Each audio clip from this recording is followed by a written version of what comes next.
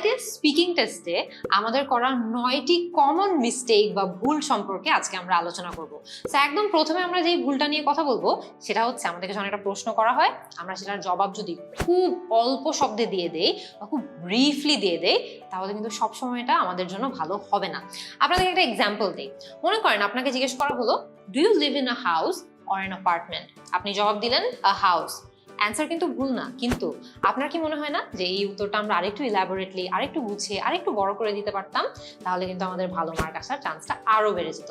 যেমন আমরা কিন্তু খুব সহজে এটাও বলতে পারি, I use to leave in a small apartment in the inner city, but I have just moved. I have recently rented a house with a big backyard just outside the city. It's great. So এখানে খেয়াল করে দেখবেন আপনি যে উত্তরটা দিচ্ছেন এই উত্তরটাতে আপনি কিন্তু অনেক অ্যাডিশনাল ইনফরমেশন দিচ্ছেন, আপনার গুছিয়ে বলার যে ক্ষমতাটা আছে সেটাও প্রদর্শন করতে পারছেন, আপনার ভোক্যাবুলারি সম্পর্কে ধারণা দিতে পারছেন, আপনার গ্রামার সম্পর্কে আইডিয়া দিতে পারছেন। কিন্তু জাস্ট যদি আমরা হাউস বলে রেখে দিতাম তাহলে কিন্তু আমরা এতগুলো আইডিয়া আমাদের এক্সামিনারকে দিতে পারতাম না। সো আমরা যেখানেই চান্স পাবো একটু অ্যান্সারগুলো ইলাবোরেট করার চেষ্টা করব যাতে আমাদের আনসারটা সুন্দর শোনায়। দ্বিতীয় যে মিস্টেকটা বা দ্বিতীয় যে ভুলটা আমরা সবচেয়ে বেশি করে থাকি সেটা হচ্ছে আমরা মনে করি যে আনসার যদি আমরা মুখস্থ করে যাই বা মেমোরাইজ করে যাই তাহলে আমরা মনে হয় একটু বেঁচে যাব স্পিকিং টেস্টে, কিন্তু এটা কিন্তু একটা ভুল ধারণা। খেয়াল করে দেখবেন আমাদেরকে কিছু কিছু প্রশ্ন IELTS স্পিকিং টেস্টে কমন করে থাকে। অনেক ক্ষেত্রে দেখা যায় আপনাকে হয়তো বা জিজ্ঞেস করতে পারে, do you work, do you study, এরকম কয়েকটা প্রশ্ন কিছু কিছু IELTS টেস্টে অনেক সময় কমন পড়ে যায়। আমরা যেটা করার চেষ্টা করব আমাদের স্পিকিং টেস্টের আগে আমরা এই ধরনের প্রশ্নগুলোর কয়েকটা জবাব কিভাবে দেওয়া যেতে পারে সেটা নিয়ে একটু রিসার্চ করে যাব, একটু পড়াশোনা করে যাব, কিন্তু মুখস্থ করব না। কারণ আমরা যখন স্পিকিং টেস্ট দিচ্ছি আমরা যদি মুখস্থ জবাব দেই বা মেমোরাইজড আনসার দেই আমাদের এক্সামিনার কিন্তু এটা বুঝে যাবে। তারা কিন্তু অনেক দিন ধরে IELTS স্পিকিং টেস্ট নিচ্ছে এবং তারা খুব স্পষ্ট বুঝতে পারে যে কারা কারা একদম ন্যাচারালি কথা বলছে আর কারা কারা মুখস্থ করে কথা বলছে। তো আমরা কিন্তু আমাদের স্পিকিং টেস্টে চেষ্টা করব একদম ন্যাচারালি কথা বলতে, যাতে আমাদের আনসারগুলো গোছানো শোনায় এবং মেমোরাইজড না শোনায়। 3 নম্বর যে ভুলটা আমরা করে থাকি সেটা হচ্ছে কিছু শব্দ মুখস্থ করে যাই এবং সেগুলো রেলেভেন্ট হোক বা ইররেলেভেন্ট হোক আমরা চিন্তা না করে ব্যবহার করে ফেলি। ইররেলেভেন্ট শব্দ ব্যবহার করা যাবে না। অ্যাডভান্স শব্দ ব্যবহার করলে অফকোর্স মার্ক আছে, কিন্তু সেই শব্দগুলো রেলেভেন্ট হতে হবে। তাই আমরা যখনই কোনো শব্দ, নতুন টাইপের কোনো শব্দ বা অ্যাডভান্স কোনো শব্দ ব্যবহার করছি আমরা একটু কেয়ারফুল থাকার চেষ্টা করব যাতে সেই ওয়ার্ডগুলো রেলেভেন্ট হয়। যেমন বৃষ্টি নিয়ে যদি আমাদেরকে কথা বলতে বলে আমরা কিন্তু ড্রেঞ্চড, ড্রিজলড এই ধরনের শব্দ বলতেই পারি, ব্যবহার করতেই পারি, কিন্তু সেটা যদি কোনোভাবেই টপিকের সাথে রিলেটেড না হয় তাহলে আমরা সেই ধরনের অ্যাডভান্স শব্দ ব্যবহার না করাটাই ভালো। 4 নম্বর যে ভুলটা আমরা অনেক সময় করে থাকি সেটা স্পিকিং পার্ট 2-তে হয়ে থাকে। স্পিকিং পার্ট 2-তে আমাদেরকে সাধারণত একটা কিউ কার্ড দেওয়া হয় এবং কিউ কার্ডে একটা মেইন টপিক থাকে, ওই মেইন টপিকের আন্ডারে কিছু সাব টপিক থাকে এবং আমরা অনেক সময় মনে করি যে এই সাব টপিকগুলোর বাইরে গিয়ে কোনো বাড়তি তথ্য অ্যাড করা যাবেই না, কিন্তু এটা কিন্তু তেমন একটা নেসেসারি না। আপনি অ্যাজ লং অ্যাজ আপনি রেলেভেন্ট ইনফরমেশন দিতে পারছেন, আপনার টপিকের সাথে ম্যাচ করছে এরকম তথ্য দিতে পারছেন, আপনি কিন্তু কিউ কার্ডের বাইরে গিয়েও তথ্য অ্যাড করতে পারবেন। যেমন আপনাকে যদি কিউ কার্ডে জিজ্ঞেস করা হয় আপনি রিসেন্টলি একটা ওয়েবসাইট ইউজ করেছেন সেটা সম্পর্কে বলতে, যেমন describe a website you have recently used, মানে আপনি রিসেন্টলি একটা ওয়েবসাইট ইউজ করেছেন, এই ওয়েবসাইটের বর্ণনা দেন। তার আন্ডারে আপনাকে যদি কিছু সাব পয়েন্ট দেওয়া হয়ে থাকে যে describe what the website is, মানে এই ওয়েবসাইটটা কি এটা সম্পর্কে আমাদেরকে একটু বলেন। তারপরে তারা আপনাকে জিজ্ঞেস করতে পারে what you used the website for, মানে আপনি এই ওয়েবসাইটটা কি কারণে ব্যবহার করেছেন। তারপরে তারা আপনাকে এটাও জিজ্ঞেস করতে পারে how often you used the website, মানে আপনি এই ওয়েবসাইটটা কত ঘন ঘন ব্যবহার করেছেন। এর মানে হলো আপনাকে কিন্তু এই যে 3টা সাব পয়েন্ট তারা দিয়েছে এই 3টা সাব পয়েন্ট নিয়ে কথা বলতেই হবে। তাছাড়া এই সাব পয়েন্টের বাইরে গিয়ে যা যা রেলেভেন্ট তথ্য দেওয়ার আপনার অপশন থাকে সেই রেলেভেন্ট তথ্যগুলোও আপনি দিতে পারেন, কোনো অসুবিধা কিন্তু নাই। 5 নম্বর যে ভুলটা আমরা অনেক সময় করে থাকি সেটা হচ্ছে স্পিকিং পার্ট 2 এর ক্ষেত্রে বেশি প্রযোজ্য। সেটা হচ্ছে পার্ট 2-তে আমাদেরকে সাধারণত একটা কিউ কার্ড দেওয়া হয়, একটা টপিক দেওয়া হয়, যেই টপিকের উপর আমাদেরকে 2 মিনিট কথা বলতে হয়। অনেক সময় দেখা যায় আমরা 45 সেকেন্ডসের মতো কথা বলে আমাদের অ্যান্সার শেষ হয়ে যায়, এরপরে আমরা একই কথা ঘুরিয়ে পেঁচিয়ে বারবার বলতে থাকি, কারণ আমাদের তো মনে হয় যে আমাদের তো সময় আছে আমরা বলি। কিন্তু এই যে একই কথা বারবার রিপিট করা এটাতে কিন্তু মার্ক কাটা যাবে। এক্সামিনার কিন্তু বুঝে যাবে যে আপনি খুব বেশি ওয়াইড রেঞ্জ অফ ল্যাঙ্গুয়েজ এখানে প্রদর্শন করতে পারছেন না বা এক্সপ্রেস করতে পারছেন না, এবং এটার কারণে আপনার কিন্তু মার্ক কাটা যাবে। সো আমরা একই কথা বারবার রিপিট করব না, আমরা চেষ্টা করব নতুন নতুন তথ্য দেওয়ার, যাতে করে আমাদের এই অংশে মার্ক কাটা না যায়। 6 নম্বর যে মিস্টেকটা আমরা অনেক সময় করে থাকি সেটা হচ্ছে আমাদের স্পিকিং পার্ট 2 এর ক্ষেত্রেই। যখন স্পিকিং পার্ট 2 তে 2 মিনিট শেষ হয়ে যায় তখন এক্সামিনাররা কি করে জানেন? তখন এক্সামিনাররা আপনাকে থ্যাংক ইউ বলে বা কোনো একটা ধরনের হিন্ট দিয়ে তারা আপনাকে থামিয়ে দেয়, ঠিক আছে? এই যে থামিয়ে দেয় আমাদেরকে, এই সময় অনেকেই আমরা কিন্তু নার্ভাস হয়ে যাই। আমরা মনে করি আল্লাহ আমাকে থামিয়ে দিয়েছে মানে আমার মনে হয় মার্ক কাটা যাবে, আমরা ঘাবড়ে যাই, নার্ভাস হয়ে যাই।